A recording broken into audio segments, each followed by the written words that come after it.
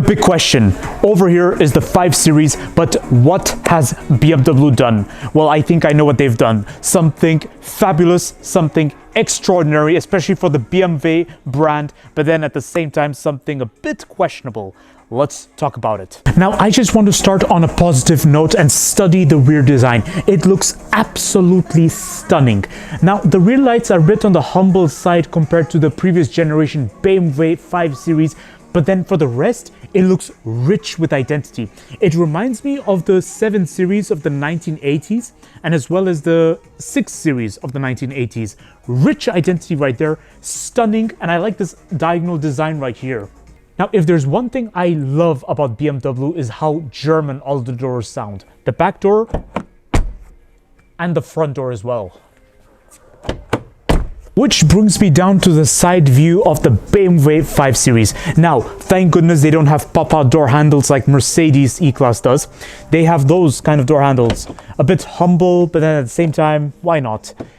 Now, it should be noted that since the demand for electric cars and since the start of the I series, BMW has taken an approach towards simplicity. On the positive side, they've become more creative than ever and they've made one of the most desirable electric cars. But then on the questionable side of things, look at what they did to the front of this 5 Series. I literally thought this was a 2 Series when I first saw pictures of the front of this BMW 5 Series. Literally, I thought it was a 2 Series. This is exactly what I'm talking about. There was a time when the 5 Series had a unique identity to it. The headlights used to be aggressive and proud. Now, it seems like the headlights have just become a bit too humble, I'd say. Oh my goodness, the bonnet is closed and yet you can literally see something going on over here. Some technical aspect. Oh no, this has never happened before. I mean, usually most car manufacturers are able to hide all the technical aspects going on there. Now, what I mean by that is, for example, this is an X3 I'm standing right next to. On the X3, they employed some rubber right here, which is covering all the technical things, all the mechanical things, you see. You cannot see through this rubber. But with that 5 Series, you can see something going on there, and that is not good. Now, let's not forget about the price tag. This BMW 5 Series costs 73,000 euros. Is it the value for money or not? Let's check it out right now. Best alloys ever. I mean, look at this. This BMW 5 Series is equipped with the impact hood. It has an impact on the design to some extent. I mean, look at this gorgeous bumper. You get real air vents right there, nothing pretentious, and those gorgeous air vents underneath. Just something about the grille is different. The kidney grille evolved through time. They've become a bit more humble, but then at the same time, interesting still. The moment of truth. We're gonna check out the interior of the BMW 5 Series. Alrighty. Can't wait to check this out. Oh, come on, no, not again. What is it with big steering wheels? Okay, I'm not talking about the size of the steering wheel, I'm talking about the thickness. It's like a mountain bike tire. Why do they always have this? Especially when they provide the M-Pack. Anyways, steering adjustment. Okay, there's a little thing I've just noticed. I saw this also on the Mini Countryman and the BMW X2. Whenever I release the latch for the steering wheel, it moves a bit like 1 millimeter to the left.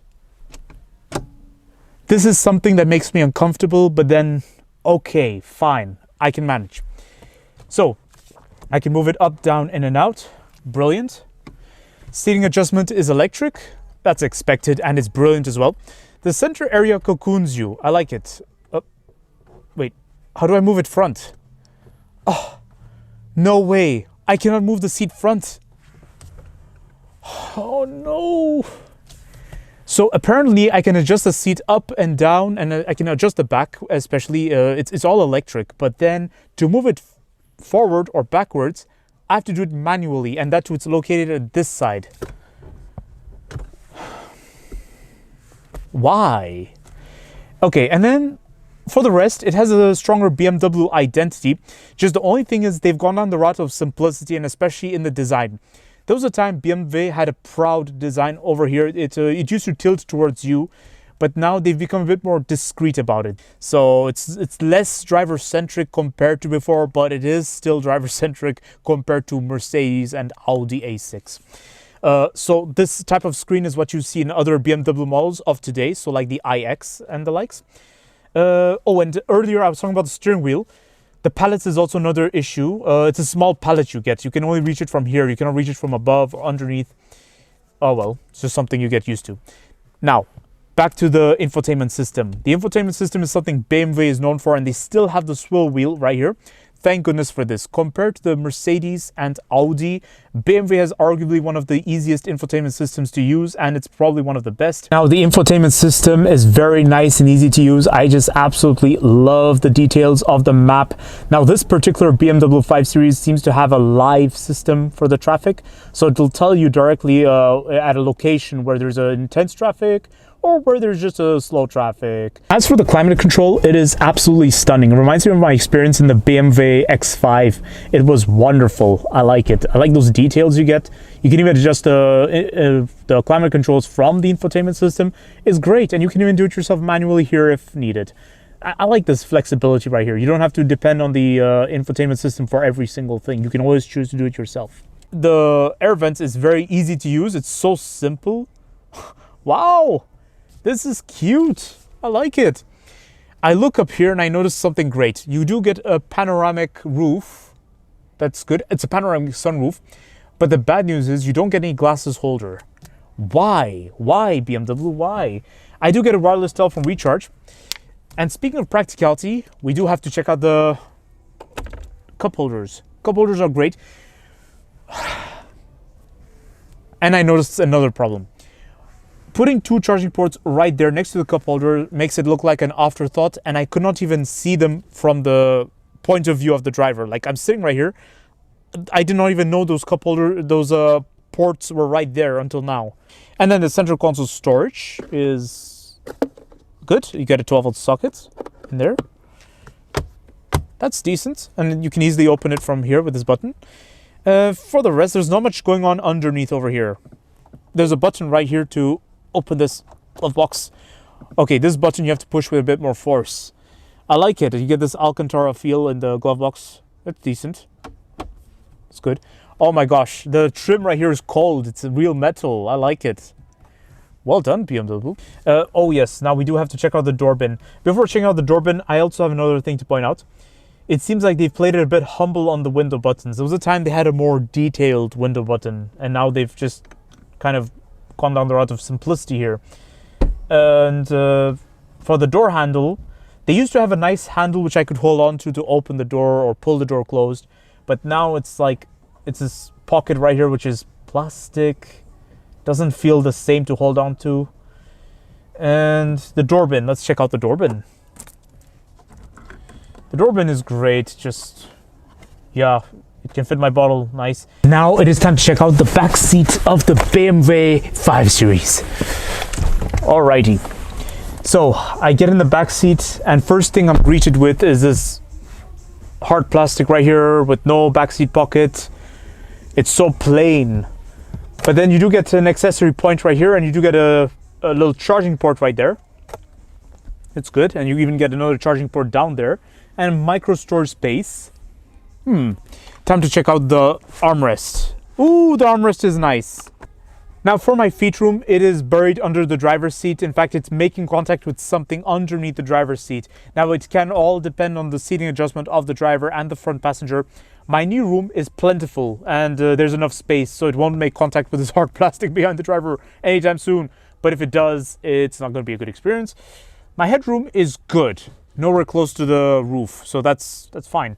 And the headrest is good, on the cozy side, decent. Now let's check out the door bin. Handle is okay, although you get this huge speaker right here, which is a Harman Kardon. Sound enthusiasts, you guys might like this. Alrighty, so door bin is a bit on the small side, but it can fit my bottle perfectly. No complaints right there. Now it is time to check out the boot space of the BMW 5 Series. There's a bit of an elevation right here. The plastic sticks out very proudly, and there's no adjustable boot floor. And it's a bit difficult to access whatever's underneath this floor right here. First thing first, the body paint right here, it sticks out very proudly. So in long terms, be very careful with the luggages. You do not want to scratch the body paint. You get these to fold down the middle row seats. I like how BMW has paid attention to all the minor details, even a nice hook right here for your shopping. And you get tether points right here as if you will ever need them. unless it's something fragile. And then you get little storage spaces on the side. Here's my conclusion of the BMW 5 Series. For a price of 73,000 euros, this BMW 5 Series is great value for money if you're a BMW enthusiast, and in particular you are a fan of the 5 Series models. This 5 Series has grown up so much. I am so proud of BMW for this. They did a brilliant job with the rear design in particular. I'm proud of them. But on the other hand, it is just okay value for money in the context of certain things. Like, for instance, the back of the driver's seat and passenger seat was literally hard plastic. That's something that surprised me so much. And then another thing is the front design. I still can't get over how humble it has become. Don't forget to like, comment, and subscribe, and stay tuned for more videos that are on the run. And please let me know in the comments section, what is your favorite sedan in this segment? Is it the BMW 5 Series, or is it the Mercedes E-Class, or is it the Audi A6? Let me know.